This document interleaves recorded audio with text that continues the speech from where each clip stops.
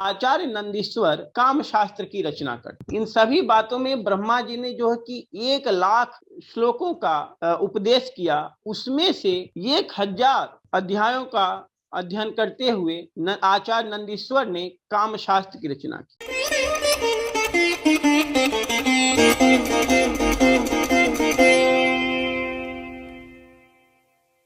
नमस्ते। संगम टॉक्स की तरफ से मैं रुचि श्रीमाली आप सभी का आज की वार्ता में स्वागत करती हूँ। हमारे आज के वक्ता हैं डॉक्टर राघवेंद्र मिश्र। आपने NSD, मिरांडा कॉलेज और अंबेडकर विश्वविद्यालय में भी अध्यापन एवं शोध पर कार्य किया है। कई वर्षों से आप संस्कृत भाषा, साहित्य, संस्कृति और काम शास्त्र का अध्ययन तथा शोध कर रहे हैं। आज का हमारी वार्ता का विषय है भारतीय ज्ञान परंपरा में काम शास्त्र का इतिहास। काम शास्त्रीय ग्रंथ लेखन की परंपरा भारत में अत्यंत प्राचीन है। प्रजापति ब्रह्मा द्वारा दिए गए उपदेश काम शास्त्र के आदि ग्रंथ में धर्म, अर्थ और काम त्रिवर्ग का विवेचन किया गया है। इवन काम सूत्र के प्रथम जो इस ग्रंथ का जो प्रथम सूत्र है वो ही बताता है कि काम अर्थ से, धर्म से संबंधित होना चाहिए। आज समाज में काम शास्त्र को लेकर अनेक भ्रांतियां विद्यमान हैं। उसके बारे में बात करना भी एक अच्छी दृष्टि से नहीं देखा जाता है। तो प्रस्तुत व्याख्यान में इसी विषय के सही रूप को समझने का हम प्रयास करेंगे। अब मैं राघवेंद्र जी से निवेदन करूंगी कि वे अपनी बात श्रोताओं के सामने रखें।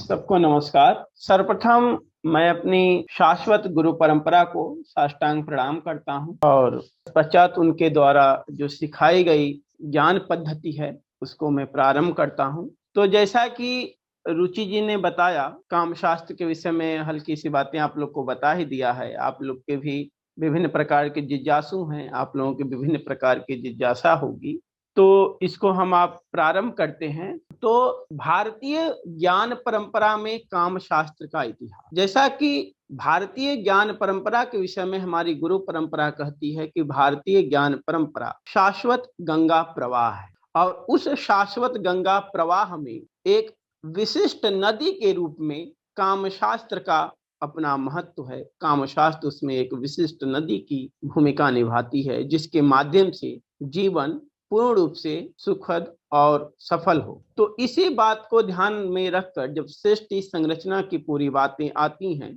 तो उसमें जो है कि यह बात पूर्ण रूप से स्थापित होती है कि भारतीय बौद्धिक परंपरा में ऋषि ऋषिकाओं ने मनुष्य के सर्वांगीण विकास हेतु अनेक प्रकार के शास्त्रों, ग्रंथों का चिंतन एवं मनन किया। इसी चिंतन परंपरा में काम शास्त्र की भी एक अक्षुण्य प्रतिष्ठित परंपरा रही है। भारतीय ग्रंथ परंपरा में एक बात महत्वपूर्ण रूप से हमें ध्यान देना चाहिए कि अध्यात्म, शास्त्र, धर्म, दर्शन, तंत्र और विज्ञान, ये पारिभाषिक शब्दावली वस्तुतः तात्विक दृष्टि से एक ही रही। इस रूप में हमें देखना चाहिए। भारतीय ज्ञान परंपरा में इन सब में धर्म, विज्ञान, शास्त्र, अध्यात्म, इन सब में भेद नहीं है। यह सब तात्विक दृष्टि से जब अध्ययन होता है तो देखा जाता है कि ये कही है। इसीलिए हमारी ऋषि परंपरा, ऋषिकाएं परंपरा जो रही हैं, इन सब ने इन सब का जब विवेचन किया, उसी विवेचन में यह लोग काम शास्त्र की परंपरा को समृद्ध किए और काम शास्त्र को लेकर वैदिक काल से लेकर 18वीं शताब्दी तक भारत में प्रॉपर काम शास्त्र ग्रंथ लेखन हुए और गुरुकुलों से लेकर आधुनिक पद्धति तक इसका अध्ययन अध्यापन हुआ। तो इसमें काम शास्त्रीय ग्रंथ की लेखन की परंपरा जो कि बहुत ही अत्यंत प्राचीन रही है और यह ग्रंथ परंपरा सृष्टिकर्ता ब्रह्मा के आदि उपदेश से प्राप्त होती है। अगर काम सूत्र की ही बात करें जिसके रचनाकार वात्स्यायन है तो उसमें वह बताते हैं कि प्रजापति ब्रह्मा द्वारा दिए गए उपदेश काम शास्त्र के आदि ग्रंथ में धर्म, अर्थ और काम, इस त्रिवर्ग का विशद विवेचन करते हैं ब्रह्मा जी। उसके बाद जो है कि इसी को धर्म विषय को लेकर मनु जी धर्मशास्त्र का उल्लेख करते हैं, रचना करते हैं और आचार्य बृहस्पति अर्थ विशद विश्लेषण करते हुए अर्थशास्त्र की रचना करते हैं और आचार्य नंदीश्वर काम शास्त्र की रचना करते हैं, जिसमें इन सभी बातों में ब्रह्मा जी ने जो है कि 1 लाख श्लोकों का उपदेश किया, उसमें से 1000 अध्यायों का अध्ययन करते हुए आचार्य नंदीश्वर ने काम शास्त्र की रचना की। उसके बाद जो है कि इसी ग्रंथ परंपरा को, यहाँ से ग्रंथ परंपरा पूरी प्रारंभ होती है और आचार्य नंदी के बाद जब काम केंद्रित इसमें धर्म अर्थ काम की विवेचना होती है। इसी के साथ एक चीज मैं बताते चलूं कि प्रारंभ में धर्म अर्थ काम त्रिवर्ग की अवधारणा आ रही है, बाद में पुरुषार्थ चतुर्वर्ग की अवधारणा आती है, धर्म अर्थ काम मोक्ष, और उसके बाद हमारे यहाँ पुरुषार्थ पंचम वर्ग की भी अवधारणा है। इसमें धर्म अर्थ काम मोक्ष और भक्ति को हमारे यहाँ पंचम पुरुषार्थ कहा गया है, तो उसकी भी अवधारणा आती है। तो आगे जो जिज्ञासु के यदि कोई प्रश्न होगा तो अंत में वह पूछेंगे। तो अभी हम त्रिवर्ग की बात करते हैं। यह शास्त्र परंपरा त्रिवर्ग को आधारित करती है, और इस शास्त्र परंपरा का यह मानना है, जैसा कि प्रारंभ में ही आचार्य वात्स्यायन काम सूत्र में कहते हैं कि धर्मार्थ कामेभ्यो नमः, धर्म अर्थ और काम को नमस्कार है। तो और इसके आगे फिर बोलते हैं इसी में वह कि अस्थावीरम धर्मम मोक्षम च, धर्म अर्थ और काम का यदि मर्यादित और नैतिक रूप से सार्वभौमिक रूप से अध्ययन अध्यापन किया जाए, चिंतन किया जाए, अनुभव किया जाए, तो मोक्ष की प्राप्ति हो ही जाती है। इसीलिए धर्म के अंतर्गत ही मोक्ष को इस शास्त्र में निहित किया गया। और अब बात आती है कि इसके बाद फिर श्वेत केतु के विषय में आप सब लोग पढ़े होंगे। आचार्य श्वेत केतु, जिनका उल्लेख छांदोग्योपनिषद में आता है, जिनको उद्दालक श्वेत केतु भी कहा जाता है। और श्वेत केतु ने सर्वप्रथम जो है कि विवाह संस्था को नैतिक मर्यादित रूप से पूरा व्याख्यायित किया और स्थापित किया। जो आज विवाह पद्धति पूरे भारतीय संस्कार के रूप में, पूरे भारतीय ज्ञान परंपरा के रूप में प्रतिष्ठित है, उसको ऋषि श्वेत केतु ने ही सर्वप्रथम इसको मर्यादित एवं नैतिक रूप से व्याख्यायित किया, स्थापित किया, जो आज तक चली आ रही। तो उसी ऋषि श्वेत केतु ने जो है कि इसमें फिर आगे चलकर उन्होंने 500 अध्यायों में काम शास्त्र को विभाजित किया, काम शास्त्र को उल्लेखित किया। इसके बाद जो है कि आचार्य बाभ्रव्य की आती है बात। आचार्य बाभ्रव्य ने जो कि ऋग्वेद के बहवृत शाखा के आचार्य रहे हैं, उन्होंने जो है कि काम शास्त्र पर 150 अध्यायों में ग्रंथ लेखन किया। एक चीज और ध्यान देना चाहिए हम लोगों को कि काम सूत्र को, काम शास्त्र को और ऋग्वेद को चतुष्षष्टि कहा जाता। तो यह बात सर्वप्रथम जो है कि कहने का बाभ्रव्य ऋषि ने ही यह बात उद्घाटित किया। उन्होंने बताया कि ऋग्वेद को सर्वप्रथम इन्होंने, पहले तो आज जो ऋग्वेद हमें प्राप्त होता है वह ऋग्वेद मंडल क्रम में, ऋग्वेद को इन्होंने आचार्य बाभ्रव्य ने क्या किया कि अष्टक क्रम में विभाजित किया। और अष्टक क्रम में जिसमें 8-8 करके अध्याय हुए, और उसको इन्होंने जब विभाजित किया अनुवाकों में, तो वह हो गया 64। इस कारण से उसको चतुष्षष्टि कहा गया। और काम शास्त्र में, काम सूत्र में अर्थात चतुष्षष्टि काम विद्याओं का और चतुष्षष्टि काम कलाओं का विशद विवेचन है, जिन चतुष्षष्टि काम विद्याओं के आधार पर संपूर्ण भारत की ज्ञान परंपरा, वेद परंपरा, शिल्प परंपरा निर्धारित, और उसी को आज भी पूरा विश्व किसी न किसी रूप में, विशेष रूप से भारत किसी न किसी रूप में अध्ययन अध्यापन कर रहा है। तो यह चीज इसमें बताने वाली चीज। और बाभ्रव्य के पिताजी का नाम बभ्रू था। इन लोग का उल्लेख महाभारत में भी आता है। इसके बाद जो है कि इस पूरी परंपरा को आगे अब देखा जाए तो यथोचित रूप में आगे और व्याख्यायित किया जाता। अब काम इसी में एक आते हैं आचार्य चारायण। आचार्य चारायण वो ऋषि थे, उन्होंने जो कि कृष्ण यजुर्वेद की जो चारायणीय शाखा है उसके आचार्य रहे हैं। जो चारायणीय शिक्षा है यह उसके भी आचार्य हैं। तो आचार्य चारायण ने भी साधारण अधिकरण पर काम शास्त्र पर ग्रंथ लिखा। तो यह पूरी परंपरा है। इसके पूर्व भी यदि देखा जाए, अभी हम प्राचीन विद्वानों की, ऋषियों की ही बात कर रहे हैं, तो ऋग्वेद में आप लोगों ने पुरुरवा उर्वशी संवाद सूक्त पढ़े होंगे। तो राजर्षि पुरुरवा ने भी काम शास्त्र ग्रंथ लेखन किया, जिसका नाम है पौरुरवस मनसिज सूत्रम। और उसके बाद जो है कि पौरुरवस मनसिज सूत्रम के बाद जो है कि कादंबर स्वीकरण सूत्र, कादंबर स्वीकरण कारिका, यह सारे ग्रंथ अभी उपलब्ध हैं। स्मर शास्त्र, इस प्रकार के पूरे ग्रंथ लेखन हमारे यहाँ हुए। इसी काम शास्त्र को भारतीयों ने अपने जीवन शैली में इस प्रकार से ग्रहण किया कि काम शास्त्र हमारी संस्कृति का एक अमूल्य भाग हो गया। और काम शास्त्र का यथोचित रूप में अध्ययन अध्यापन करते हुए, इसके ऐतिहासिक महत्व को समझते हुए, आज भी किसी न किसी रूप में संपूर्ण भारत में काम शास्त्र जो है कि प्रतिष्ठित हुआ है। तो अब जो है कि हम बात करने जा रहे हैं काम शास्त्र के ऐतिहासिक पक्ष को लेकर, पूर्ण रूप से। तो कामशास्त्रीय ग्रंथ परंपरा के संदर्भ को अगर देखें हम जितने भी है, तो सर्वप्रथम प्रजापति ब्रह्मा ने सृष्टि के कल्याण हेतु इस प्रकार के ग्रंथ लेखन का कार्य किया, और इसको फिर आगे लेकर आचार्य नंदीश्वर से लेकर बाभ्रव्य से लेकर श्वेतकेतु से लेकर चारायण से लेकर इन लोगों ने इसको पूरा व्याख्यायित किया। इसमें मुख्य रूप से देखा जाए तो बाभ्रव्य ने जो 150 अध्यायों में पूरा डिफाइन किया, इन्हीं पूरी ज्ञान परंपरा को आचार्य वात्स्यायन ने जो है कि 7 अधिकरणों में काम सूत्र को, पूरी काम शास्त्र परंपरा को इन्होंने काम सूत्र के रूप में पूरा व्याख्यायित किया, जिसमें 7 अधिकरण है। और 7 अधिकरण के विषय में अब हम लोग विशद रूप से जानकारी लेते हैं, जिसमें आचार्य दत्तक हुए। उस आचार्य दत्तक, और ये चीज में यह भी ध्यान देना है हम लोग को, यहाँ पर इसके पीछे साथ साथ में बताता चलूं कि काम शास्त्र को लेकर कश्मीर से लेकर कन्याकुमारी से लेकर बिहार से लेकर गुजरात तक पूरे भारतीयों ने, पूरे भारतीय ऋषि परंपरा ने ग्रंथ लेखन किया। आप देखिए कि वात्स्यायन तो वैसे हैं आपके पटना में बैठकर पाटलिपुत्र में कामसूत्र की रचना कर रहे हैं, उसके बाद वहीं पर होते हैं दत्तक भी जो है कि वैश्विक अधिकरण पर ग्रंथ लेखन करते हैं। आचार्य चारायण ने साधारण अधिकरण पर किया है। इसके कामसूत्र के पहले जिन जिन ऋषियों ने, आचार्यों ने ग्रंथ लेखन का कार्य कर लिया था, उसी को यह सूत्र रूप में पूरा व्याख्यायित करें। इसीलिए काम सूत्र को काम शास्त्र का उपजीव्य ग्रंथ कहा जाता है। और काम सूत्र is a entry book in the school of काम शास्त्र। तो इस प्रकार से ये पूरी ज्ञान पद्धति व्याख्यायित की गई। तो आचार्य दत्तक ने वैश्विक अधिकरण पर ग्रंथ लिखा, आचार्य चारायण ने साधारण अधिकरण पर लिखा, आचार्य सुवर्णनाभ ने सांप्रयोगिक अधिकरण पर लिखा। और एक चीज के साथ यह भी बताते चलें कि काम शास्त्र में जो आज एक भ्रामक स्थिति बैठी हुई है कि केवल विभिन्न प्रकार के आसनों की बात होती है या जो है केवल सेक्सुअलिटी की बात होती, ऐसी चीजें नहीं है।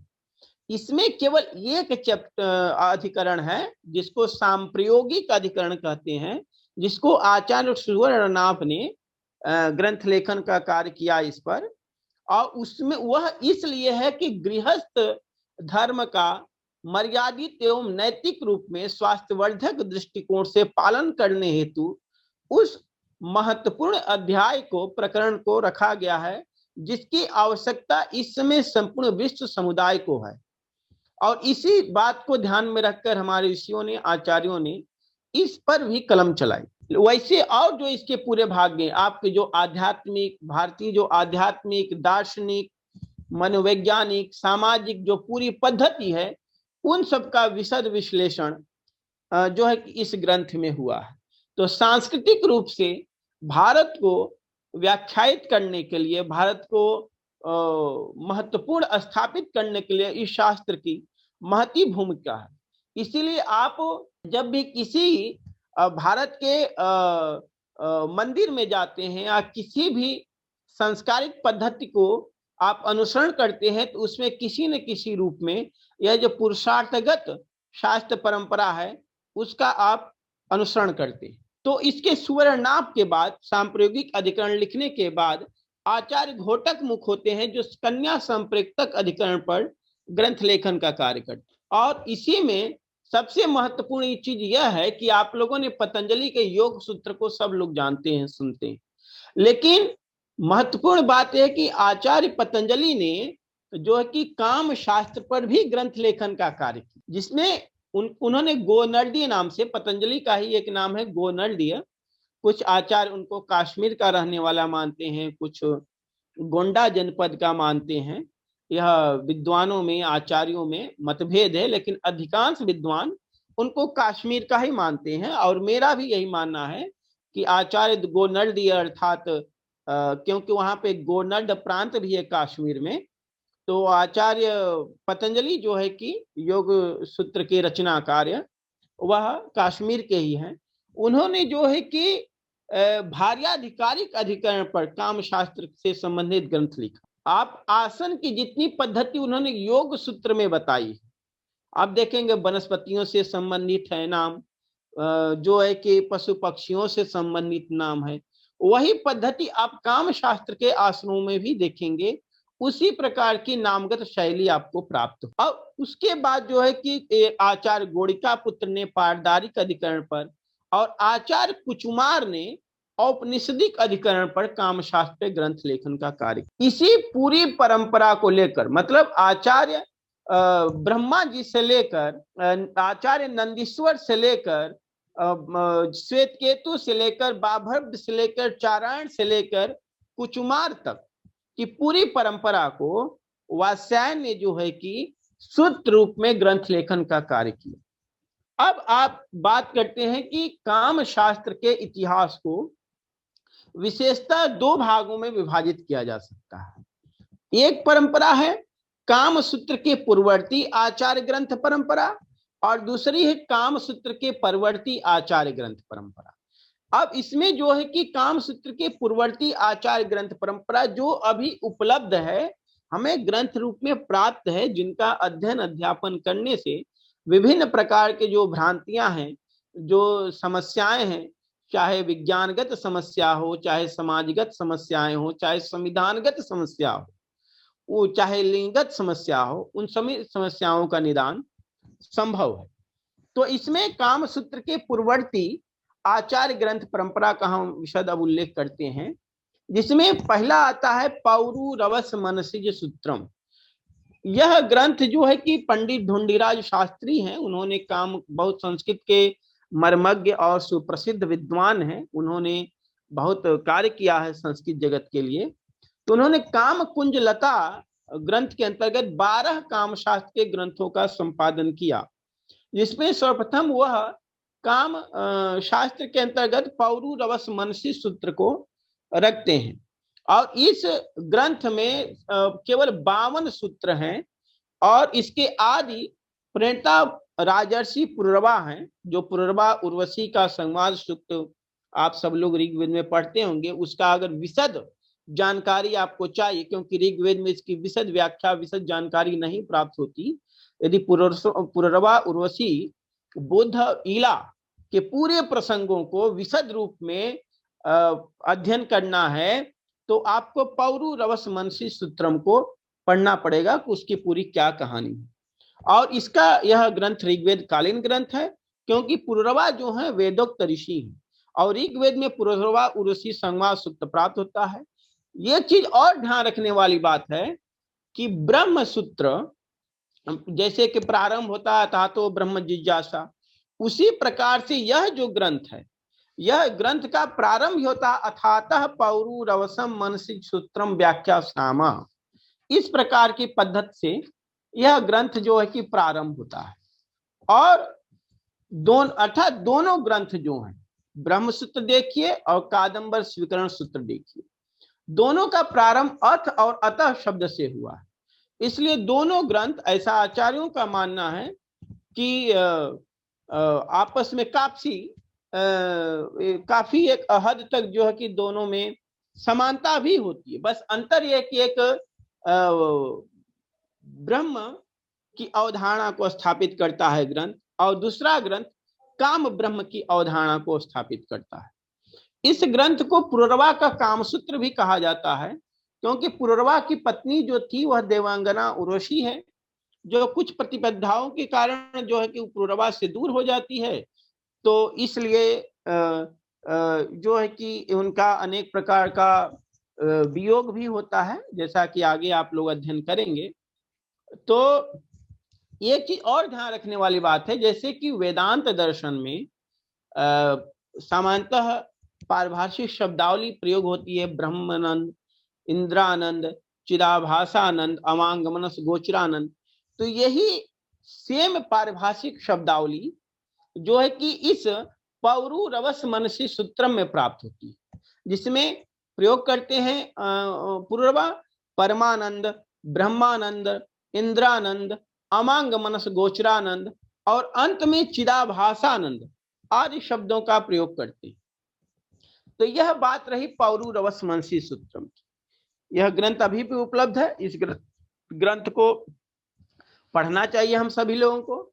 इसके बाद हमारी परंपरा आती है कादंबर स्वीकरण सूत्र की। यह ग्रंथ भी राजर्षि पुरूरवा का है, जिन्होंने जो है कि पौरुरवस मनसी सूत्रम लिखा है। और दोनों ग्रंथों की शैली जो है एक ही है। ये दोनों ग्रंथ आचार्य वात्स्यायन और पतंजलि के बहुत पूर्व के हैं। यह बहुत ही लघुकाय ग्रंथ है, क्योंकि इसमें केवल 33 सूत्र है इस ग्रंथ में। और इनकी पूरी पुरूरवा के और जो है कि उर्वशी की पूरी कथा शैली को व्याख्यायित किया गया है इस ग्रंथ में। और इस ग्रंथ की अच्छा एक महत्वपूर्ण महत्ता है कि इस ग्रंथ में उस समय कितने, जैसे कि आप लोग अभी सोमलताओं के विषय में पढ़े लिखे होंगे, तो कितने प्रकार के उस समय जो है कि मदिरा बनते थे, उनकी बनाने की विधि क्या थी, पीने की विधि क्या थी, कब पीना चाहिए, किसके साथ पीना चाहिए, इसका भी पूरा विशद विश्लेषण है। लेकिन यह विशेष रूप से जानकारी हमें रखनी चाहिए कि यह पूरा आयुर्वेद के दृष्टिकोण से, कि स्वास्थ्य के दृष्टिकोण से इसका है। इसका जो है कि उच्च श्रृंखल दृष्टिकोण से ग्रंथ लेखन ये नहीं हुआ है। ये हमेशा एक स्वास्थ्यवर्धक समाज की रचना करने के लिए इस प्रकार के ग्रंथों की रचना हुई। इसी के बाद इस पर कारिका लिखे जाते हैं, कादंबर स्वीकरण कारिका लिखी जाती है। यह जो कि काव्य काम शास्त्र के काव्यकृति है। और यह दोनों ग्रंथों की जो है कि भाषा शैली एक है। और इसके यहाँ तक यह कुछ आचार्यों का मानना है कि कादंबर स्वीकरण कारिका जो है आचार्य भरत की रचना है। अब यह भरत, आचार्य भरत के लेकर विद्वानों में मतभेद है। इस पर मैं जो है कि अधिक अभी ध्यान आकर्षण नहीं करूंगा। आप लोग इसको पढ़िएगा, ग्रंथ को आप लोग स्वतंत्र रूप से खुद विचार कीजिएगा। अब जो है कि ये सारी बात होने पर जो है कि हम बाणभट्ट जो होते हैं, बाणभट्ट भी इस ग्रंथ का उल्लेख करते हैं। और बाणभट्ट ने जो है कि अपने कादंबरी नामक ग्रंथ में जो है कि कर्णी सूत्र का उल्लेख किया है। और महत्वपूर्ण बात है कि हमारी भारतीय ज्ञान परंपरा के विषय में हमेशा यह ध्यान रखिए कि पाक शास्त्र से लेकर सौंदर्य शास्त्र से लेकर काम शास्त्र से लेकर चौर्य शास्त्र तक की परंपरा रही, जो कि आज भारत के लिए अगर भारतीय डाटा को बहुत बचाना है तो इस ग्रंथ की भी महती भूमिका रही है। तो एक आचार्य हुए हमारे यहाँ, आचार्य कैणी सूत, तो उन चौर्य शास्त्र के प्रवर्तक आचार्य थे। उनके विषय में जो है कि कहा जाता है कि कर्णी सुतः करटका स्तेव शास्त्र प्रवर्तका। उसके बाद जो है कि ये सारी बातें होने के साथ साथ जो, क्योंकि आचार्य कर्णी सूत जो थे वह कामशास्त्र, कलाशास्त्र और चौर्य शास्त्र के मूर्धन्य विद्वान थे। और उसी इन्हीं का आधार बनाकर आचार्य शूद्रक ने मृच्छकटकम में चोरी करने की पूरी पद्धति को व्याख्यायित किया है। वह जब चोर आता है उसमें तो किस प्रकार से सेंध लगाता है, उसी पूरी पद्धति को बहुत ही श्रृंगारिक रूप में, बहुत ही अच्छी भाषा शैली का प्रयोग करते हुए उन्होंने उसको उद्घाटित किया है। इसके बाद जो है कि आचार्य बाभ्रव की बात आती है, जो बाभ्रव्य कारिका है। और यह पद्यात्मक कामशास्त्री ग्रंथ है जो कि 500 ईसा पूर्व का ग्रंथ है। इसमें 146 जो है कि श्लोक हैं। और उसके बाद इस ग्रंथ का टीकाकार आयुर्वेद के बहुत मर्मज्ञ विद्वान रहे हैं हमारे यहाँ, उनका नाम है दीक्षित सामराज। दीक्षित सामराज जो है कि आचार्य दीक्षित कामराज के पुत्र हैं। और यह दोनों लोग जो है कि कश्मीर के विद्वान, तो कश्मीर के विद्वान हैं। तो इसका इन्होंने पूरा उल्लेख किया है, टीका भी लिखे इन लोगों ने इस पर। तो बाभ्रव्य कारिका जो है कि कामसूत्र से भी प्राचीन ग्रंथ है। और इस बात को जो कि वात्स्यायन ने खुद अपने कामसूत्र में बहुत बार बाभ्रव्य का नाम उल्लेख किया है। बाभ्रव्य कारिका अभी भी उपलब्ध ग्रंथ है। इसके बाद जो है कि स्मर शास्त्र की बात आती है। स्मर शास्त्र वसुनंद एक आचार्य हुए, और यह भी कश्मीर के ही आचार्य थे। इन्होंने स्मर शास्त्र की रचना की। तो यह मूलतः कश्मीर के आचार्य थे। उस समय राजा क्षितिनंद थे। तो आचार्य वसुदेव ने कश्मीर का पर, ये ध्यान रखिए, कश्मीर के इतिहास को पढ़ना पूरे भारत को चाहिए, क्योंकि हमारी गुरु परंपरा बार बार एक बात को कहती है कि संपूर्ण भारत के लिए प्रतिभिज्ञा की आवश्यकता है। विशेष रूप से कश्मीर के लोगों को तो विशेषता प्रतिभिज्ञा की आवश्यकता है। और वह प्रतिभिज्ञा क्या है? अपने इतिहास, संस्कृति, सभ्यता, परंपरा, ग्रंथ को जानना। तो अब ये देखिए कि जो लोग आज कश्मीर को लेकर अनेक प्रकार के प्रलाप करते हैं, उन लोगों को नहीं पता, जिन लोग आजकल कश्मीर का इतिहास पढ़ाते हैं, उस कश्मीर पर जो है कि राजा क्षितिनंद के पुत्र राजा वसुनंद ने 52 वर्ष तक राज किया। 52 वर्ष 2 माह तक उन्होंने शासन किया। और यह बात आचार्य कल्हड़ की राजतरंगिणी में इनका पूरा विवेचन। तो कश्मीर को समझना है, भारत को समझना है, तो एक बार स्मर शास्त्र और आचार्य कल्हड़ की रचना राजतरंगी की तरफ से होते हुए गुजरना चाहिए। तो यह जो अभी बातें हुई काम शास्त्र को लेकर, यह काम सूत्र के पूर्ववर्ती बातें, अर्थात जो है कि वात्स्यायन के पूर्ववर्ती बातें। ये बार बार मैं ध्यान आपको दिलाना चाहूंगा कि यह ग्रंथ आचार्य वात्स्यायन पाटलिपुत्र में बैठकर लिख रहे हैं, और वहां सोचिए, वहां बैठकर लिख रहे हैं, पूरे भारत का शास्त्र परंपरा, ग्रंथ परंपरा का, आचार्य परंपरा का विशद विवेचन कर रहे हैं इस ग्रंथ के माध्यम से। तो पूरे भारत को यदि समझना है, पूरे भारत की भौगोलिक दृष्टि को यदि समझना है, पूरे भारत की सृष्टि परंपरा को समझना है, संस्कृति सभ्यता को समझना है, तो एक बार आपको इस शास्त्र परंपरा से होकर गुजरना पड़ेगा। क्योंकि संस्कृत साहित्य का इतिहास जो है, अभी तक सभी आचार्यों ने इस पर कलम चलाई, लेकिन संस्कृत साहित्य का इतिहास जिन जिन आचार्यों ने लिखा वह अभी अपूर्ण है, क्योंकि उन आचार्यों ने काम शास्त्र को उसमें विशद रूप से समाहित नहीं किया है। किस कारण से नहीं किया है, यह उनकी किस सोच का नतीजा है, यह उनको समय बताएगा। लेकिन संस्कृत साहित्य का इतिहास अभी तक अपूर्ण है, पूर्ण नहीं हुआ है, क्योंकि पूरे एक शास्त्र परंपरा को छोड़ देना, वह भी ऐसे शास्त्र परंपरा को छोड़ देना जिस शास्त्र पर जो है कि 130 ग्रंथों का तो हमने उल्लेख किया है, जो कि मान के चले कि 130 से अधिक ग्रंथ लिखे गए। उस शास्त्र परंपरा को छोड़ देना, और जो कि जीवन का मूल्य है, जिस पर हमारे ऋषियों ने, वैदिक ऋषियों ने, आचार्यों ने, मुनियों ने, ऋषिकाओं ने प्रॉपर ग्रंथ लेखन का कार्य किया, और अध्ययन अध्यापन होता रहा हमारे यहाँ गुरुकुलों में। अब हम आते हैं काम सूत्र के परवर्ती आचार्य जो हुए, ग्रंथ परंपरा हुई, उस पर हम चिंतन करते हैं, जिसमें कि हम काम सूत्र को भी लेते हैं। तो ये चीज यह भी ध्यान रखना है कि काम शास्त्र की परंपरा पूरे विश्व में भारत के अलावा और कहीं नहीं। तो भारतीय जनमानस जो रहा है, भारतीय ऋषि चिंतन जो रहा है, संपूर्ण विश्व के लिए, संपूर्ण प्राणी के लिए चिंतन किया है। और उसी चिंतन परंपरा में जो है कि काम शास्त्र की एक अक्षुण्य परंपरा है। अब इसमें जो है कि काम सूत्र के विषय में हम लोग थोड़ा चिंतन कर लें कि पूरे विश्व में काम शास्त्र की, काम सूत्र की परंपरा गई कैसे, और इसको किन किन लोगों ने किस किस रूप में लिया, व्याख्यायित किया, और इसके माध्यम से पूरे विश्व में किस प्रकार के सुधार हुए, चाहे सामाजिक सुधार हो, चाहे संवैधानिक सुधार हो, चाहे आध्यात्मिक हो, चाहे दार्शनिक हो, चाहे मनोवैज्ञानिक पद्धतियों का विकास किस किस रूप में हुआ, इस ग्रंथ परंपरा के माध्यम से। बस पूरे विश्व ने इस शास्त्र का जो है कि अनुप्रयोग किया और अपने अपने यहाँ सुधार किया। बस इसमें पीछे रह गया है तो आधुनिक भारत। आधुनिक भारत को अपनी शास्त्र परंपरा, ग्रंथ परंपरा और इसी परंपरा का पुनरावलोकन करने की आवश्यकता है, जिसके माध्यम से उसकी पुनः प्राण प्रतिष्ठा स्थापित होगी।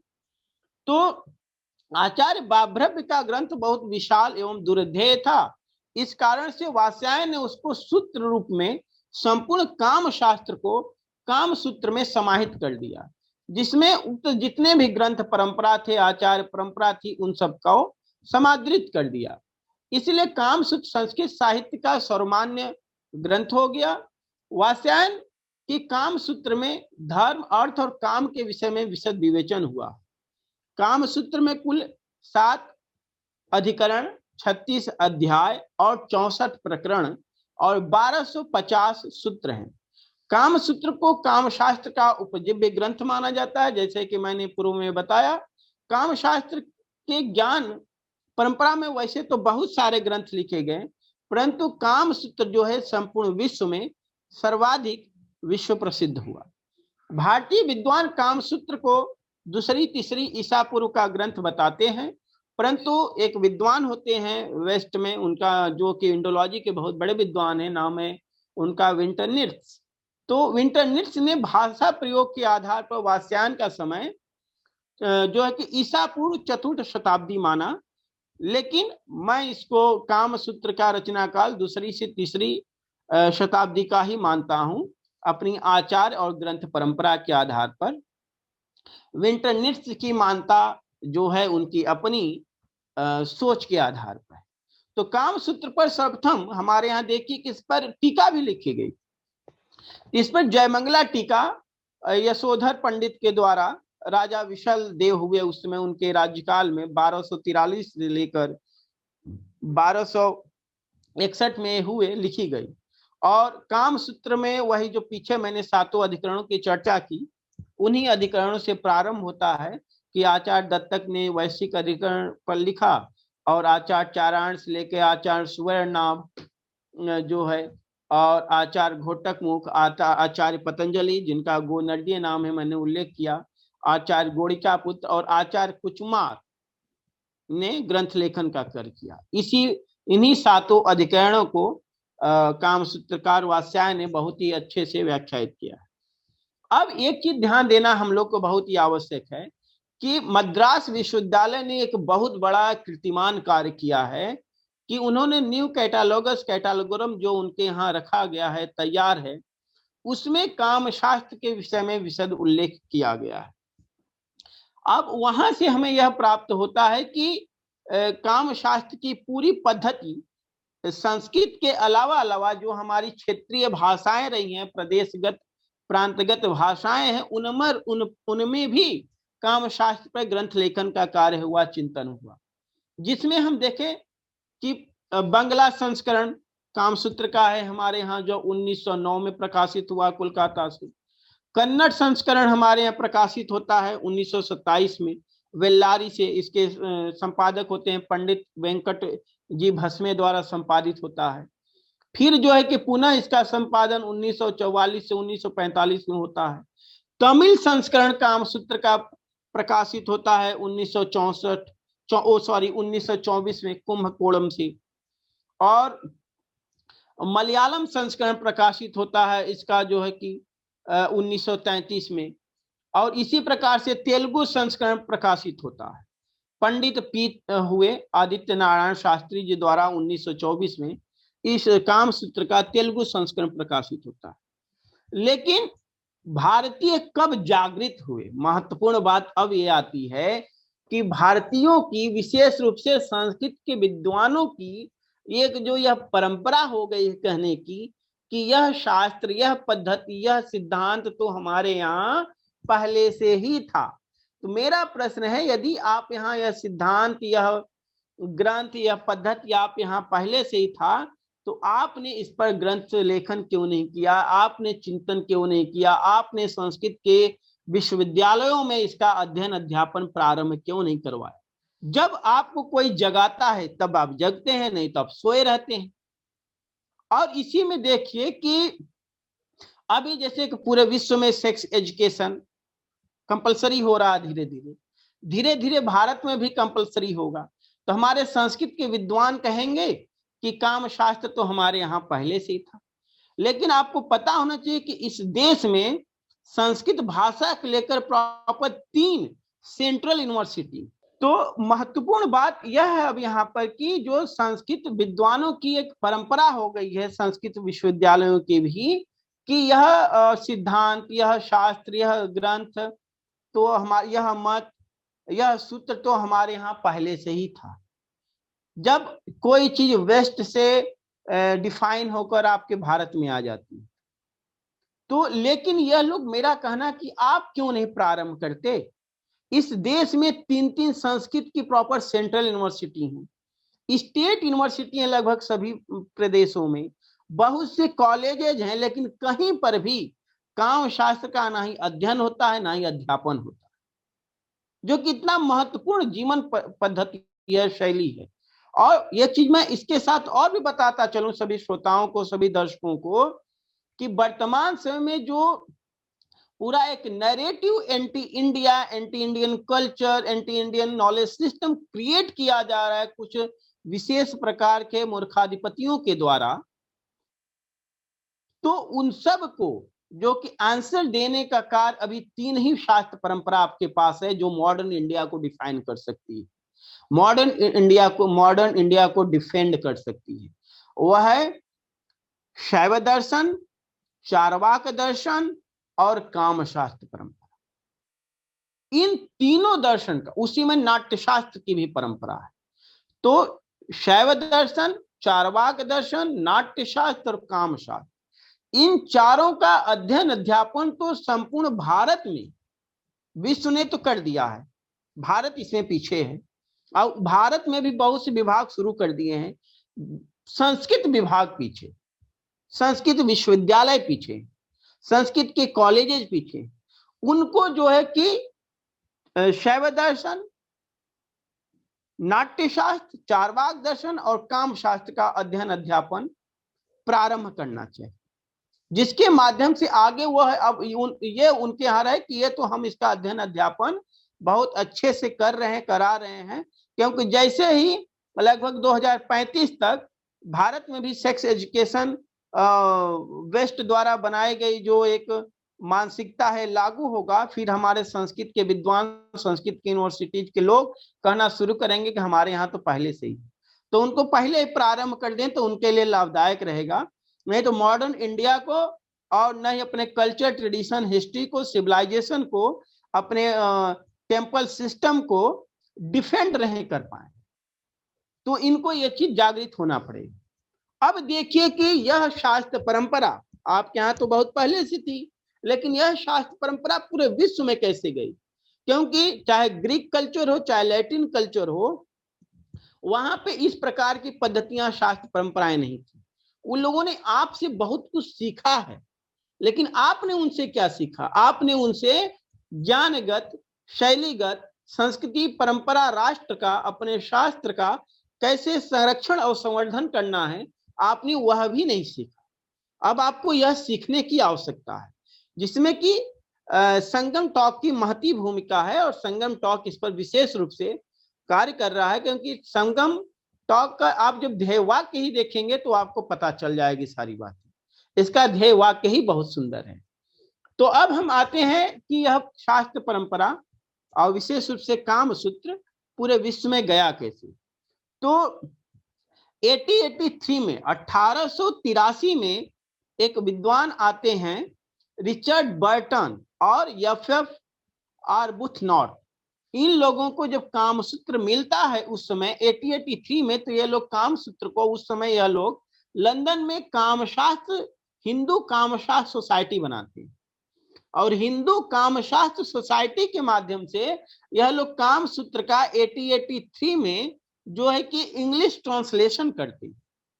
और इसमें इनका हेल्प साउथ के एक बहुत बड़े विद्वान भारत के रंगास्वामी भी इनका हेल्प करते हैं, और इसका ट्रांसलेशन पूरा होता है। और जो है कि उसके बाद ये भारत में भी ये परंपरा आती है, 1921 में इसका ट्रांसलेशन होकर आता है इंग्लिश में। तो एफ बर्टन तो 1883 में किया, और उसी दौरान आप देखेंगे कि पूरे विश्व जो 1835 में इंग्लिश एजुकेशन सिस्टम को लागू किया जाता है, और 1857 से लेकर 1887 तक भारत में जो है कि 4 विश्वविद्यालय बनाए जाते हैं, बॉम्बे यूनिवर्सिटी, मद्रास यूनिवर्सिटी और कलकत्ता यूनिवर्सिटी। और 1887 में इलाहाबाद विश्वविद्यालय।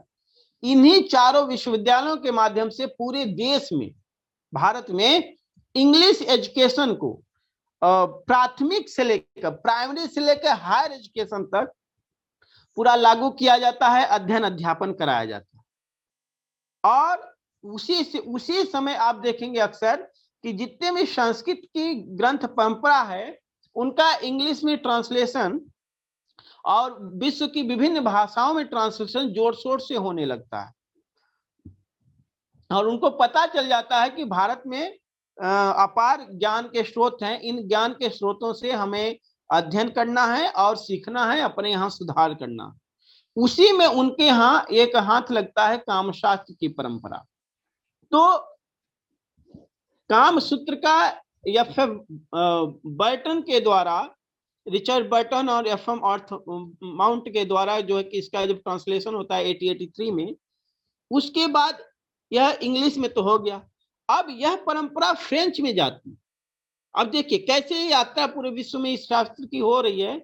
फ्रेंच संस्करण इसका निकलता है, जिसका फ्रेंच लिपि में इसियोडोर लिजॉक्स द्वारा संपादित एवं अनुवादित होकर सन 1885 में, 1883 में इंग्लिश में ट्रांसलेशन होता है, 1885 में जो है कि फ्रेंच लैंग्वेज में ट्रांसलेट होता है पेरिस से, तथा पेरिस से पुनः ये लेमराइजे द्वारा संपादित एवं अनुवादित होकर 1891 में पुनः प्रकाशित होता है। तो इंग्लिश से फ्रेंच तक की यात्रा। उसके बाद यहां से यह यात्रा जर्मनी की तरफ जाती है। जैसा कि जर्मन के विद्वानों ने भारतीय ग्रंथ परंपरा पर बहुत ही बड़ा कार्य किया है और उसमें कामशास्त्र की परंपरा को भी समृद्ध करने का उनका योगदान है। तो जर्मन संस्करण जो है कि जर्मन लिपि में रिचर्ड स्मिथ द्वारा संपादित एवं जय मंगला अनुसार अनुवादित होकर सन 1897 में लिपजिंग से प्रकाशित होती है, तथा गीडो हिल द्वारा अनुवादित होकर म्यूनिक से सन 1965 में पुनः प्रकाशित होती है। तो यह पूरी परंपरा यहां से जो है कि आप देखेंगे कि इंग्लिश से लेके फ्रेंच, जर्मन से होते हुए पूरे विश्व में कामशास्त्र की, कामसूत्र की यात्रा उद्घाटित होती है, और इसको लोग पढ़ते हैं, लिखते हैं, अपने यहाँ सुधार करते हैं। और इसके साथ साथ उन लोगों ने, आप देखेंगे उनकी जो साइकोलॉजी स्टडी है उसको डेवलप करते हैं, आर्ट एंड एस्थेटिक को डेवलप करते हैं, सेक्सुअल स्टडीज या सेक्सोलॉजी को डेवलप करते हैं। अब वर्तमान समय में एक चीज आप ध्यान दें तो विश्व के विश्वविद्यालयों ने family and community science develop किया, जो कि कामशास्त्र का पार्ट है। Family and marriage science develop किया है, family marriage and relationship department शुरू किया। हाँ, तो कहने का तात्पर्य यह है कि अब देखिए कि पूरी परंपरा, आपकी परंपरा पूरे विश्व में जाती है और उनके पास इस प्रकार की परंपराएं नहीं है।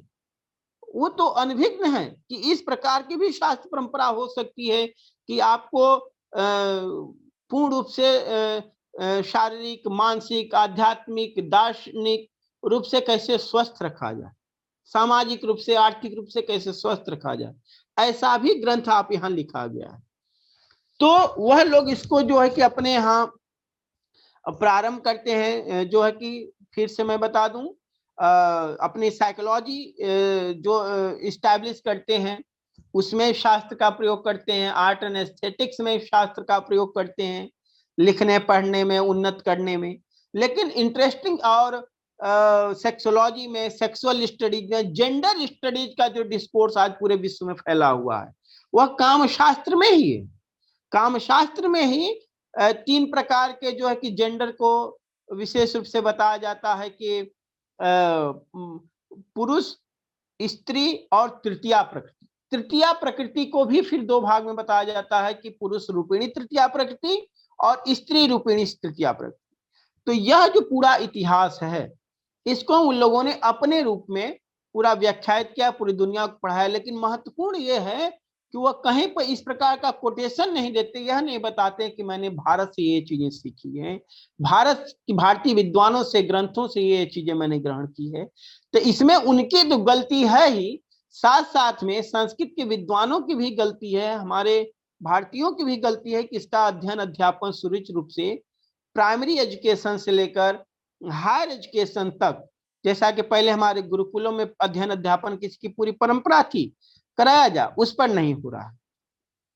तो यह पूरी परंपरा पूरे विश्व में गई और आज उन लोगों ने जो है कि फैमिली मैरिज डिपार्टमेंट शुरू किया, फैमिली एंड कम्युनिटी साइंस शुरू किया, family marriage and relationship department शुरू किया, और आपकी जितनी भी आज जो है कि स्किल्स रिलेटेड कोर्स पढ़ाए जाते हैं, सिखाए जाते हैं, वह सारे चीजें आपके काम शास्त्र की जो चतुष्षष्टि विद्याएं हैं उसके अंतर्गत ही समादृत हैं। तो यह जो बातें हुई कि पूरी काम शास्त्र की यात्रा पूरे विश्व में कैसे गई, तो काम सूत्र के बाद हमारे यहाँ एक ग्रंथ आता है। ध्यान ये रखना है हमारे यहाँ जरूरी कि जो बौद्ध भिक्षु हुए उन लोगों ने भी काम शास्त्र पे ग्रंथ लेखन का कार्य किया। इसके पहले हमारे यहाँ आचार्य घोटक मुख हुए, जिनका उल्लेख मध्यम निकाय में होता है, और जिन्होंने कामशास्त्र के ग्रंथ लेखन का कार्य किया। तो उन्होंने वो बौद्ध धर्म स्वीकार कर लिए थे। तो एक हमारे यहाँ और आगे चल के आचार्य होते हैं, ये 12वीं शताब्दी के बौद्ध भिक्षु थे, पद्मश्री। तो पद्मश्री बौद्ध भिक्षु ने जो है कि नागर सर्वस्वम ग्रंथ की रचना की, जिसमें 313 श्लोक एवं 38 परिच्छेद होते हैं। और इसमें इन्होंने उस समय का जो भारत हमारा था, उस समय के भारत की स्त्रियां किस प्रकार का केश विन्यास करती थी, किस प्रकार का वस्त्र विन्यास करती थी, किस प्रकार का आभूषण विन्यास करती थी, उसको बहुत ही मतलब कि भौगोलिक दृष्टि से, बहुत ही श्रृंगारिक दृष्टिकोण से और सुरुचिपूर्ण दृष्टिकोण से पूरा व्याख्यायित किया। तो और उनको आभूषणों को धारण करने से किस प्रकार की मनोवैज्ञानिक और मानसिक विकास होता था उनका, उसका पूरा विशद विवेचन है। और आप देखेंगे इसीलिए हमारे भारत की जो स्त्रियां होती हैं, माताएं बहनें बिटिया होती हैं, वह सब जो है कि जो जो वस्त्र धारण करती हैं या जो जो आभूषण धारण करती हैं, किसी प्रकार का केश विन्यास करती हैं, उसका भी उनके मनोविज्ञान पर पूरा प्रभाव पड़ता है। और जो नाक में पहनने या कान में या गर्दन में जो भी अच्छे अच्छे आभूषण धारण करती हैं, उनका एक पूरा साइकोलॉजिकल और साइंटिफिक जो है कि एक इम्पोर्टेंस है, और वह उनको उनके पर्सनालिटी को डेवलप करने में सभी दृष्टिकोण से लाभदायक सिद्ध होता है। इसलिए सारी परंपरा बनाई गई और उसको लेकर इन्होंने प्रॉपर ग्रंथ लेखन का कार्य किया।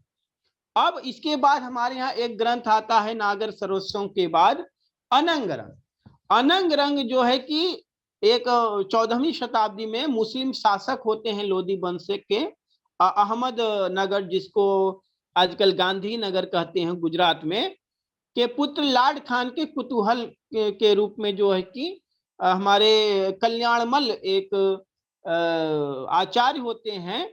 तो उन्होंने जो है कि 420 श्लोकों एवं 10 स्थल रूप अध्यायों में इस ग्रंथ का विवेचन किया।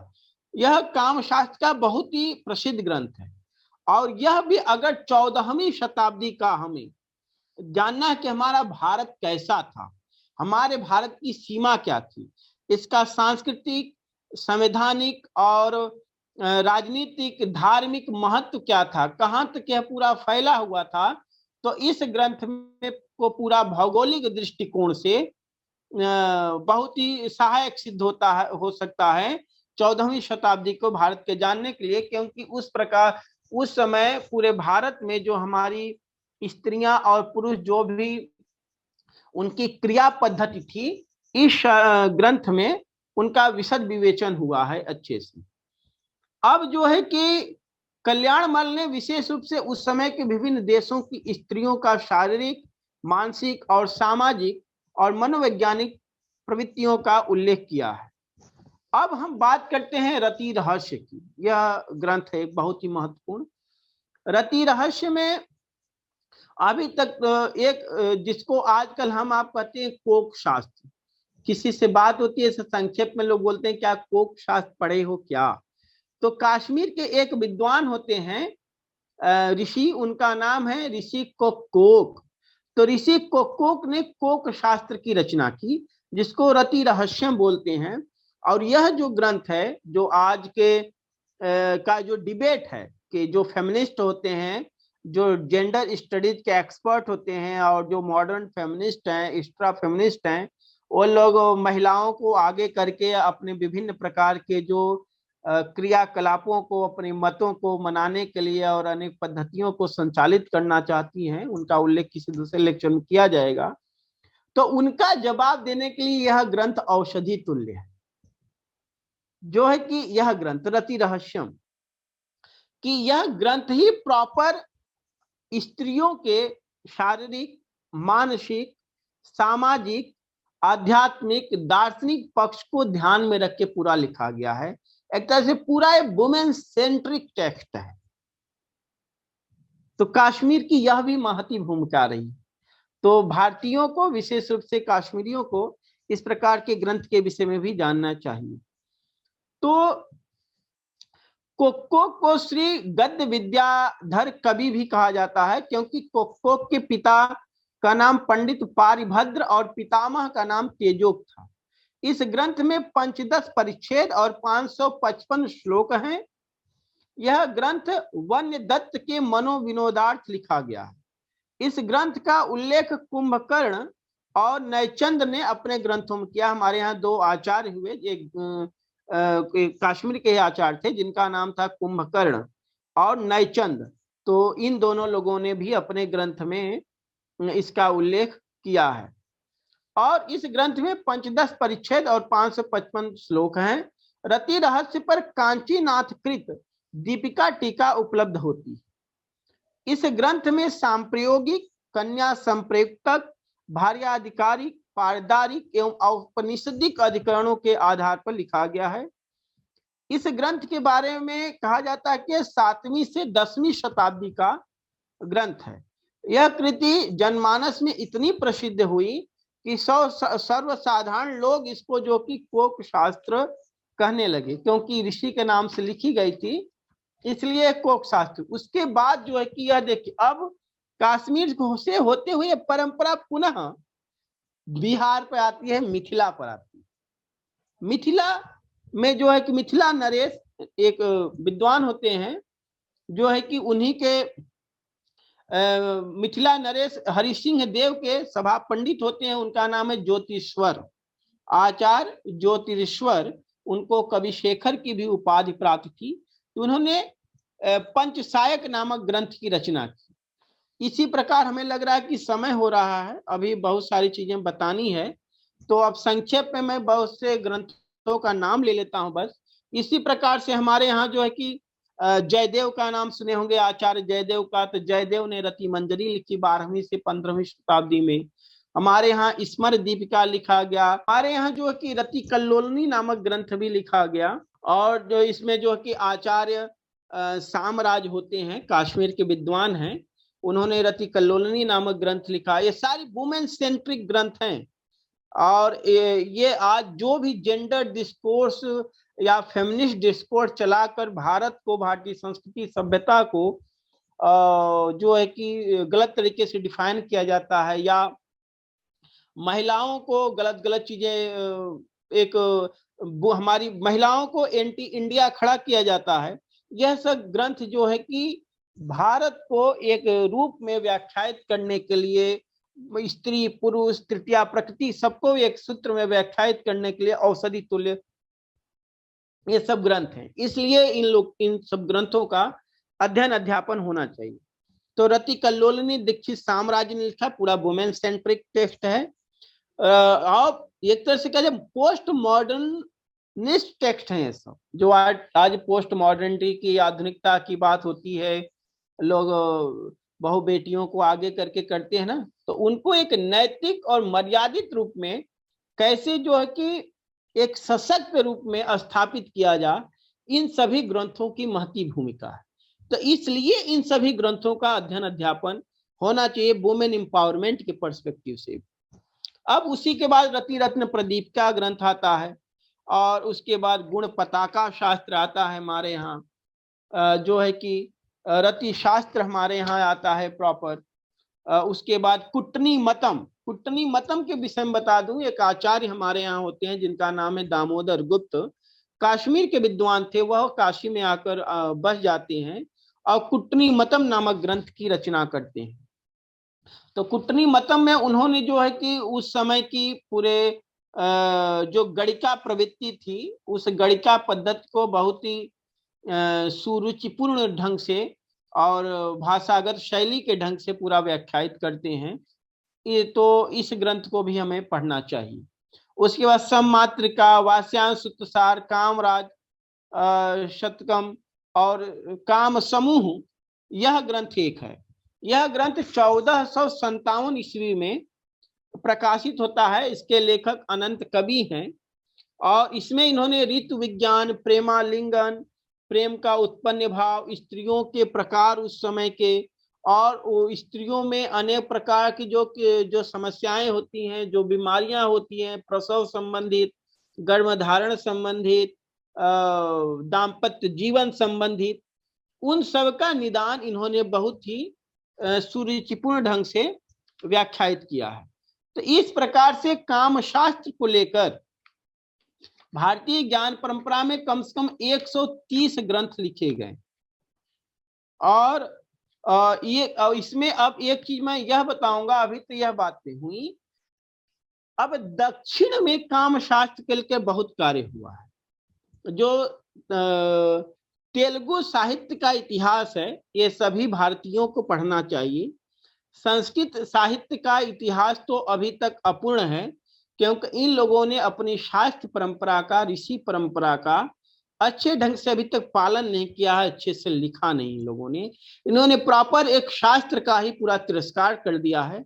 किस कारण से किया है, इनको सद्बुद्धि मिले।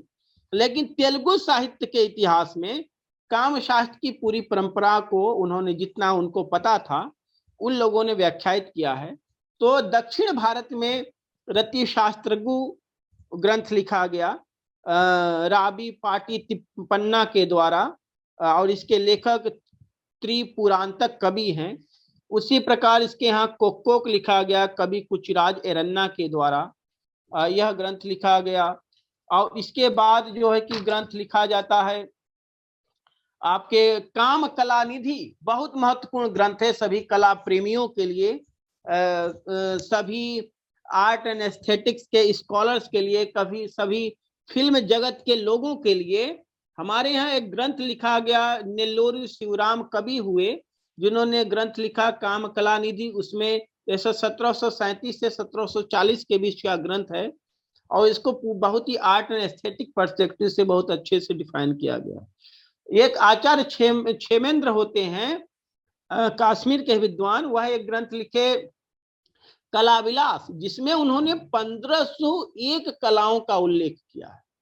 सोचिए कितनी समृद्ध हमारी कला पद्धति रही है, 1501 कलाओं का, जिसको कि हमारे जितने भी आर्ट एंड एस्थेटिक्स के, नाट्य के या फिल्म स्टडीज के, फिल्म से संबंधित हमारे जितने भी कलाविद हैं, उन सब लोगों को काम कला ग्रंथ को पढ़ना चाहिए और उसको बहुत ही आर्ट एंड एस्थेटिक पर्सपेक्टिव से उसको फिल्माना भी चाहिए।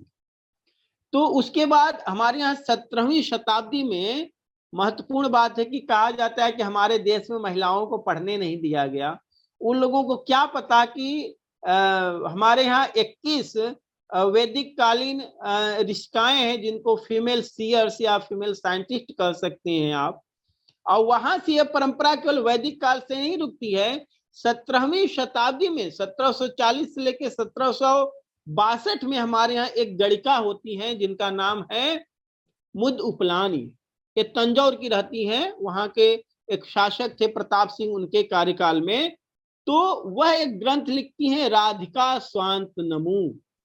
तो जिस देश की गणिका इतनी परम विदुषी हो सकती है कि संस्कृत में ग्रंथ लेखन का कार्य करे, तो वहां पर अन्य जो महिलाएं हैं, उन स्त्रियां हैं, आदि शक्तियां, उनकी तो बात ही अलग है।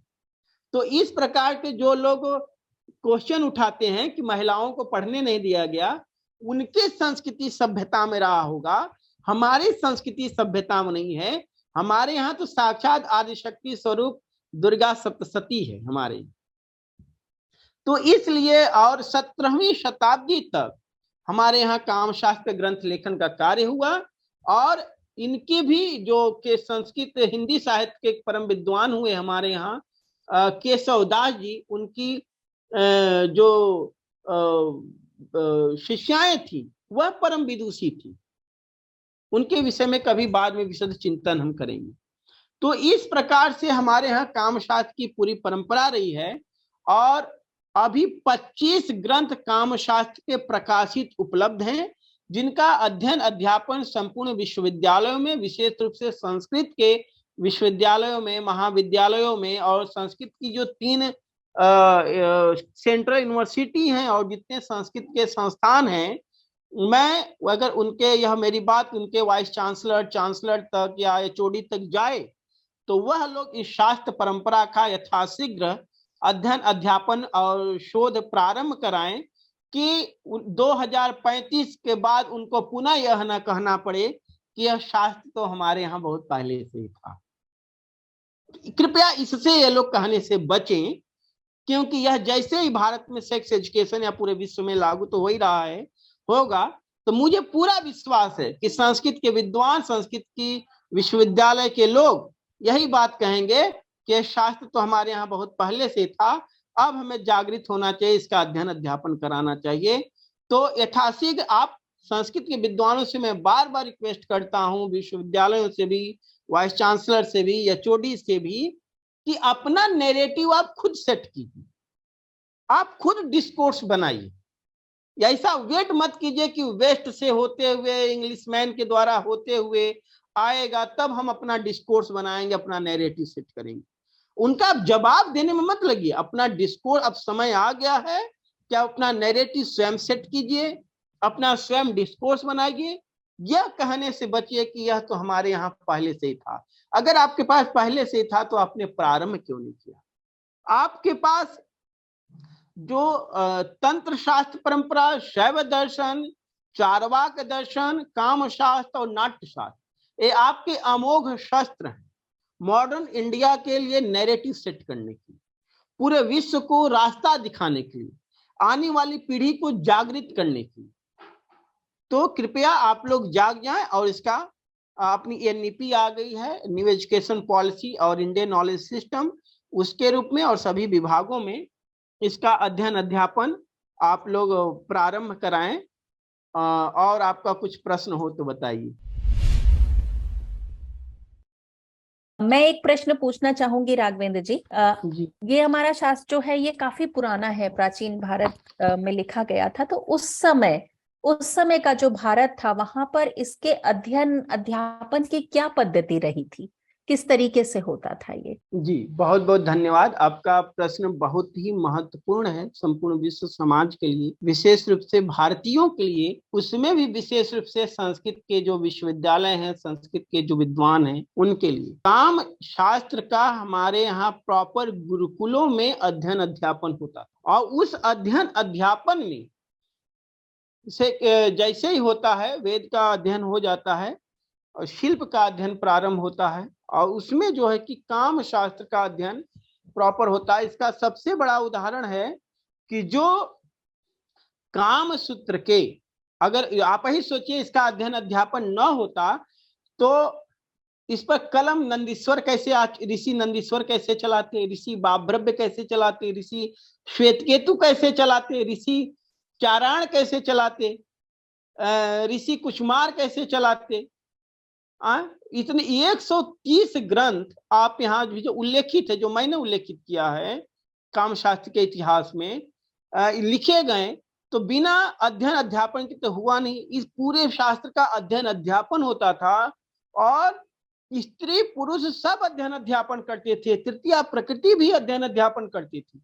एक आचार्य हमारे होते हैं पौरुष अवस्वंशी सूत्र में उल्लेख प्राप्त होता है, उनका नाम है पौगंडव। तो आचार्य पौगंडव बताते हैं कि 16 वर्ष के बाद जैसे प्रारंभ होता है 16 वर्ष, युवक युवतियों को काम शास्त्र का अध्ययन अध्यापन प्रारंभ कर देना चाहिए। और उन्होंने प्रॉपर इसमें उल्लेख किया है 16 वर्ष, अर्थात कहने का तात्पर्य है कि हाई स्कूल से। जैसे ही 9th 10th में एडमिशन होता है बच्चों का, मॉडर्न एजुकेशन सिस्टम की बात करें तो 9th 10th से एजुकेशन ये हमें बच्चों को प्रारंभ करा देना चाहिए, जो कि नैतिक और मर्यादित रूप में हो, शास्त्र रूप में, उसका उस श्रृंखल न हो, यह ध्यान रखना चाहिए। हमारे आचार्यों ने इस बात का हमेशा ध्यान रखा है। तो इसका पूरा, और स्त्रियां में पूरा अध्ययन करती थी। और एक महत्वपूर्ण बात और है कामशास्त्र के विषय में, जो कि आज बात होती है वुमेन एजुकेशन की, तो वुमेन एजुकेशन आफ्टर मैरिज भी हमारे यहाँ जो कि कामशास्त्र प्रतिपादित करता है। कामशास्त्र कहता है कि घर में जब पिता के घर रहे हमारी स्त्रियां, बेटियां, तो वहां तो अध्ययन करें ही। जिनकी एजुकेशन पूरी नहीं हुई है वह अपने पति के घर जाने के बाद भी प्रॉपर अध्ययन करें, एक बार अपने सास ससुर और पति से सलाह मशविरा लेकर, पूछकर। तो वुमेन एजुकेशन आफ्टर मैरिज, ये जो आजकल शुरू हो रहा है, इसको हमारे ऋषि मुनियों आचार्यों ने, फीमेल सीयर्स ने, फीमेल साइंटिस्ट ने पहले से ही निर्धारित किया है, पूरा बताया है। तो हमें आज ये तो हमारे यहाँ ये पद्धति पहले से ही, अगर ये नैरेटिव हम अगर सेट किए होते, यह डिस्कोर्स हम सबको बताए होते पढ़ा लिखा कर, तो आज ये कहने की आवश्यकता न होती women empowerment, women education after marriage. तो ये सारी चीज, और उसके साथ साथ ये तो पुरुष शिक्षा स्त्री शिक्षा की बात हुई। हमारे यहाँ तृतीया प्रकृति को भी, थर्ड जेंडर को भी, चाहे स्त्री रूपिणी तृतीया प्रकृति रही हो, चाहे पुरुष रूपिणी तृतीया प्रकृति रही हो, उनके भी प्रॉपर अध्ययन अध्यापन की व्यवस्था रही, जिसको कि अब धीरे धीरे बहुत से देशों में शुरू किया जा रहा है। धीरे धीरे बहुत से जो है कि अब उनको वोटिंग राइट्स मिल रही है। लेकिन ये सारा चीज आप यहाँ तो तृतीया प्रकृति राजा रहे हैं, तो उस राष्ट्र के हम लोग हो रहे हैं, तो हमें उस प्रकार से गर्व करना चाहिए। इसी के साथ मैं कुछ चीजें यह बताना चाहूंगा कामशास्त्र के विषय में, कि कामशास्त्र में प्रमुख रूप से धर्म, अर्थ और काम त्रिवर्ग को विवेचित किया गया है, क्योंकि त्रिवर्ग के सुनियोजित व संयमित कर्तव्य प्रणाली से ही परमार्थ की सिद्धि होती है। इसलिए सभी मानव समाज और गृहस्थ आश्रम के लिए कामशास्त्र की अध्ययन की परम आवश्यकता बताई गई है। वास्तव में जो लोग धर्म के व्यापक रूप को नहीं समझते, वे लोग ही कामशास्त्र की परंपरा का विरोध करते हैं, क्योंकि ऐसे संकुचित दृष्टि वाले पूर्ण लोगों के लिए यह उनको ज्ञात नहीं है कि वे अपनी ऋषि परंपरा, शास्त्र परंपरा, ग्रंथ परंपरा और प्रकृति की अवमानना व अपमान कर रहे हैं। ऐसे संकुचित लोग ही अपनी संस्कृति, इतिहास और शास्त्र परंपरा के विरोधी होते हैं, जिनसे राष्ट्रीय ज्ञान निधि को संकट होता है, क्योंकि इस प्रकार के लोग केवल एकांगी होते हैं, जिससे उन्हें अपनी शास्त्र परंपरा की सम्यक जानकारी नहीं होती। भारतीय ऋषि परंपरा ने कामशास्त्री ग्रंथ की रचना करते हुए एक स्वर में कहा है, हमारी सभी ऋषि परंपरा, चाहे फीमेल साइंटिस्ट हो चाहे मेल साइंटिस्ट हो, उन सभी ऋषियों ने कहा है कि गृहस्थ आश्रम के लिए कामशास्त्र का अध्ययन औषधि के समान है, इसकी परम आवश्यकता है, और युवावस्था में ही इस शास्त्र का अध्ययन अध्यापन करा देना चाहिए। अतः देखा जाए तो एकांगी और संकुचित दृष्टि वाले लोग ही शास्त्र परंपरा, ऋषि परंपरा और अपने पूर्वजों के परम विरोधी हुए। तथा बहुत ही महत्वपूर्ण बात बोलने में जा रहा हूं, ध्यान से सब लोग सुनिएगा, जो ऋषि और शास्त्र परंपरा विरोधी होते हैं वही राष्ट्र विरोधी होते हैं।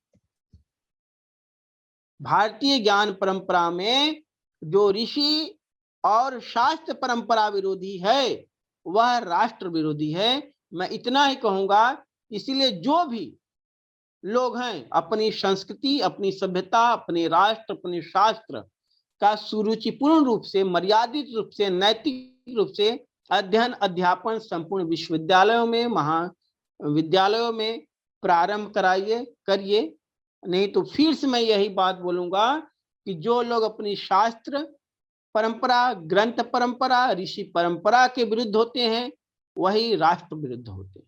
जैसे आपने बताया कि सेक्स एजुकेशन कई कंट्रीज में तो ऑलरेडी चालू हो गई है, भारत में भी प्रारंभ होगी, तो ऐसे में काम शास्त्र उसमें कैसे लाभदायक रह सकता है, और हमारे इस काम शास्त्र के नियमों को एजुकेशन सिस्टम में किस तरीके से लाया जा सकता है? रुचि जी, आपका प्रश्न बहुत ही वैदुष्यपूर्ण है और बहुत ही अच्छा आपका प्रश्न है। इस प्रश्न के माध्यम से और इसके उत्तर के माध्यम से संपूर्ण श्रोतागण और दर्शकगण भी लाभान्वित होंगे।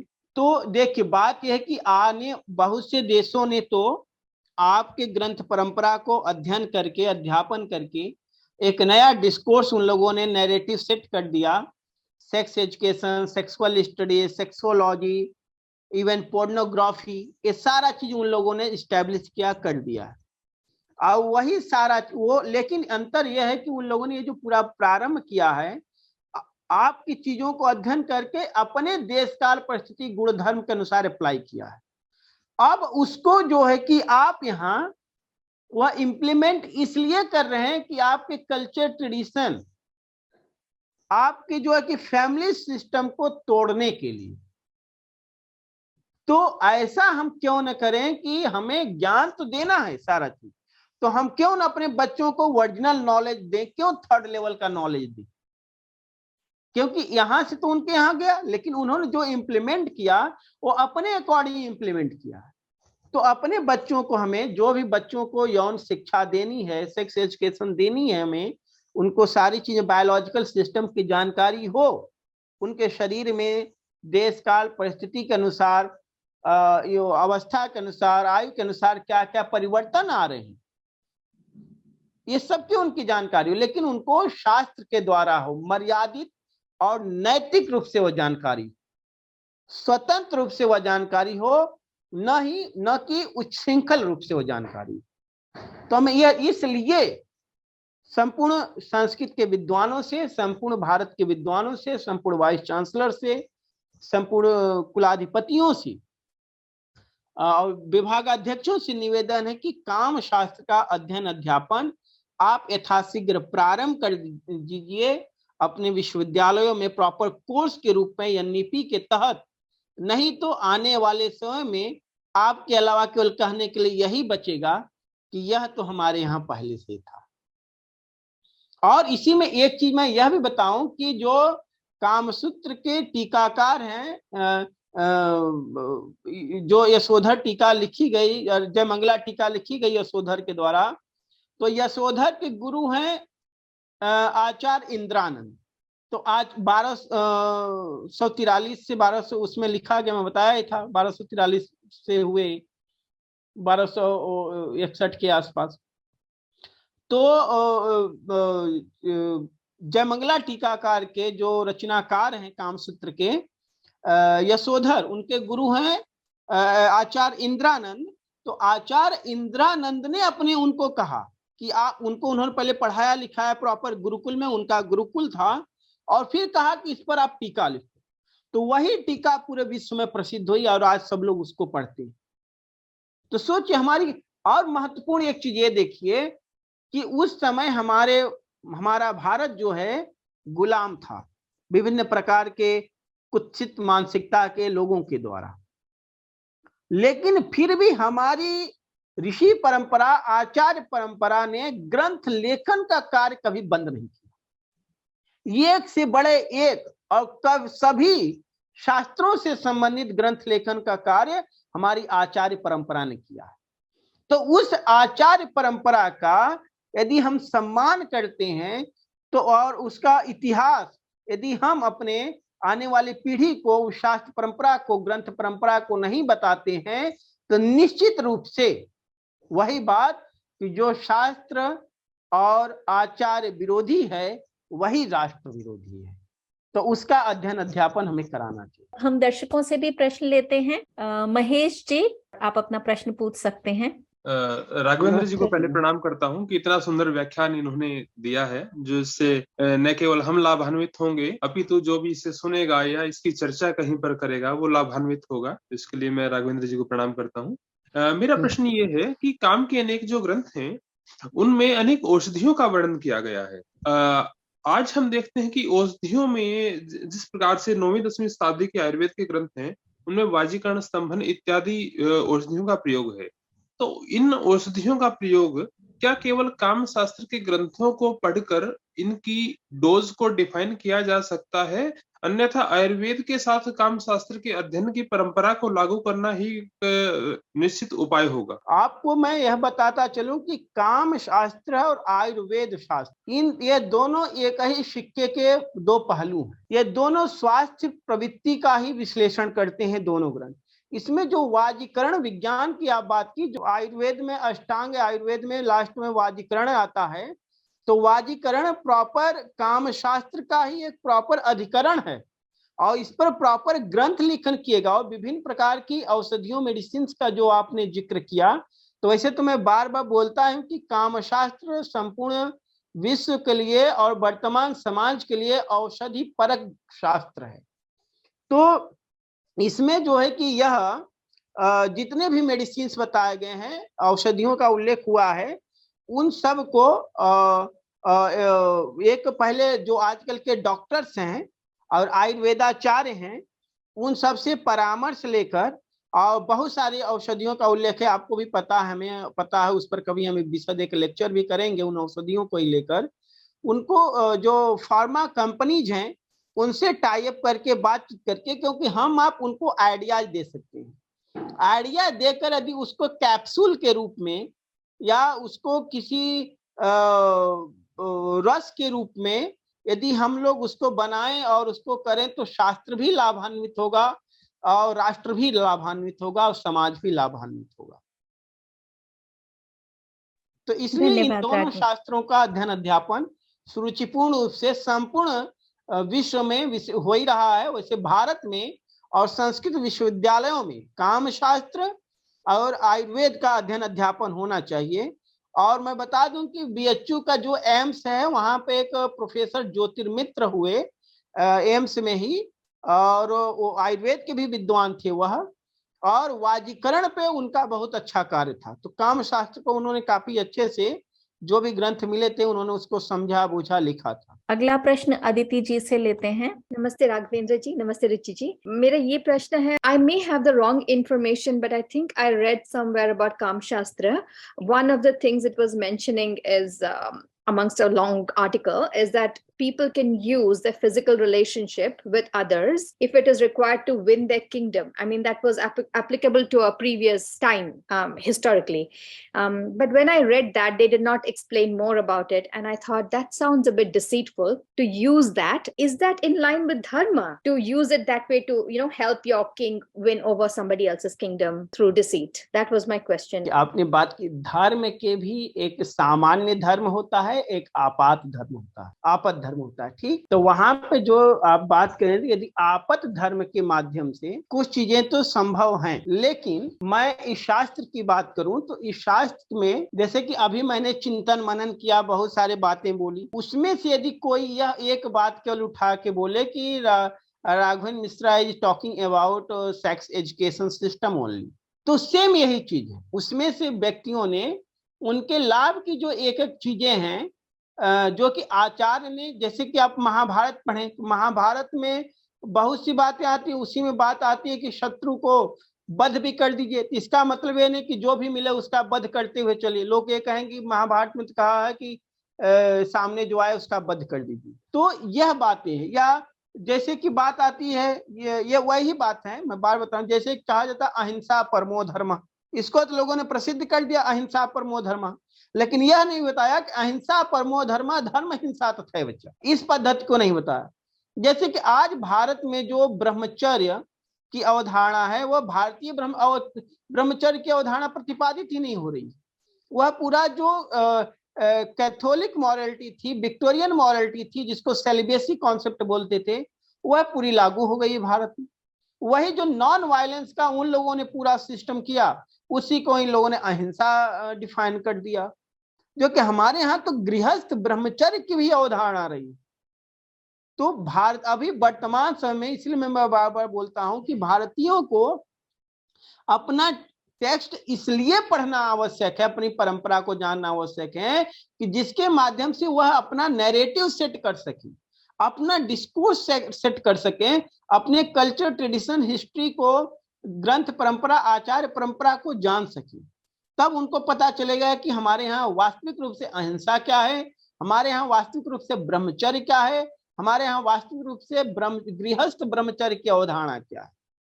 तब जाकर एक अच्छे समाज का, संस्कृति का, सभ्यता का हम लोग निर्माण करेंगे। और उसमें जो है कि जो यह बातें आपने बताया, यह केवल जो पूरा वह ग्रंथ लेखन हुआ है, उस ग्रंथ लेखन में समझाने के लिए यह एक प्रसंग आता है। उस प्रसंग में से लोगों ने उठाकर बस ये चीजें जोड़ दी, जैसे कि लोगों ने बहुत सी उटपटांग चीजें जोड़ दी गई कि इनको नहीं पढ़ने दिया गया, उनको नहीं पढ़ने दिया। हर चीज का अपना कॉन्टेक्स्ट होता है, उसका अपना प्रसंग होता है, अपना उसका पक्ष होता है, तो उस पक्ष में जानना आवश्यक है।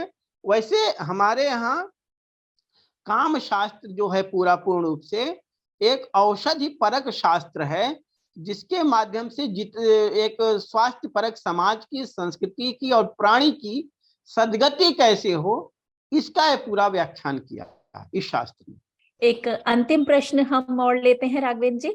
उदय जी। सर, मैं यहाँ पे सेंट्रल संस्कृत यूनिवर्सिटी से अभी मैंने एमए किया है, आगे और भी प्लानिंग चल रही है। प्रश्न ये था कि ये ब्रह्मचर्य के ऊपर एक क्लियर डेफिनेशन कहीं से नहीं मिलती, ब्रह्मचर्य ये है वो है। अगर आप उसको थोड़ा सा एक्सप्लेन कर दें तो शायद थोड़ी सी सुविधा हो जाएगी। काफी विद्वत्पूर्ण प्रश्न है आपका। बताया ना मैं, ब्रह्मचर्य को लेकर और अहिंसा को लेकर, धर्म को लेकर और काम को लेकर, यह है जो अवधारणात्मक पूरी हमारी ज्ञान परंपरा है, इसको लेकर काफी भ्रामक स्थिति है और लोग समझ नहीं पाते। ब्रह्म का अर्थ हमारे यहाँ मूल रूप से ज्ञान से हुआ, जो ज्ञान में हमेशा चरण करे, जो ज्ञान में हमेशा तल्लीन रहे, वही ब्रह्मचारी है। और वही जो है कि उस जीवन पद्धति को जो जीता है, जो धारण करता है, वही ब्रह्मचर्य। अब इसमें एक चीज ये ध्यान रखना है कि हमारे यहाँ गृहस्थ ब्रह्मचर्य की भी अवधारणा, जो ऋषि श्रृंग जो है दशरथ को जब आते हैं पुत्र कामेष्ट यज्ञ कराने, तो उनको गृहस्थ ब्रह्मचर्य की अवधारणा देते हैं, जो वर्तमान विश्व समाज के लिए, परिवार के लिए, दंपति के लिए आवश्यक है। जो कि परिवारों में अनेक प्रकार की पति पत्नियों में जो कलह होते हैं, समस्याएं होती हैं, उन सब के निदान के लिए गृहस्थ ब्रह्मचर्य की अति आवश्यकता है। गृहस्थ ब्रह्मचर्य अपने आप में विशद विषय है, इस पर हम लोग कभी बाद में चर्चा करेंगे। तो यह अवधारणा, तो ज्ञान में चरण करना, ज्ञान में तल्लीन रहना ही ब्रह्मचर्य है। मैं तो ऐसा ही मानता हूँ। और वह ज्ञान क्या है? अहम ब्रह्मास्मि तत्त्वमसि, सत्यम ज्ञानम अनंतम ब्रह्म, यही ज्ञान है। बहुत सुंदर राघवेंद्र जी। अच्छा, ये चीज मैं जाते जाते और बताऊंगा अपनी इच्छा के अनुसार, महत्वपूर्ण चीज मिल गया मुझे। तो भारतीय ग्रंथ परंपरा में वेदों, जिसको पालौकिक संहिता से लेकर लौकिक संहिता तक सर्वत्र काम भाव, जैसा कि इनका प्रश्न था पीछे, काम भाव को शाश्वत सत्य के रूप में वर्णित किया गया है। उसी का पौराणिक व प्रतीकात्मक रूप कामदेव, रति, कामाक्षी और कामाख्या इत्यादि के रूप में परिलक्षित है। काम भाव का श्रृंगारिक पक्ष ब्रह्म स्वरूप श्रृंगार रस है, जिसे रसराज भी कहा जाता है, तथा यही कामात्मक भाव श्रृंगार रूप में सत्यम शिवम सुंदरम को सिद्ध करते हुए खजुराहो, कोणार्क, जगन्नाथपुरी, मथुरा, भुवनेश्वर इत्यादि मंदिरों में चित्रकला व मूर्ति कला के रूप में व्याख्यायित किया गया है। जो कि यही कामात्मक भाव भारतीय कला, संस्कृति, सभ्यता, धर्म, अध्यात्म, दर्शन, साहित्य, शास्त्र इत्यादि के प्राचुर्यता एवं प्राधान्यता का प्रमुख कारण है।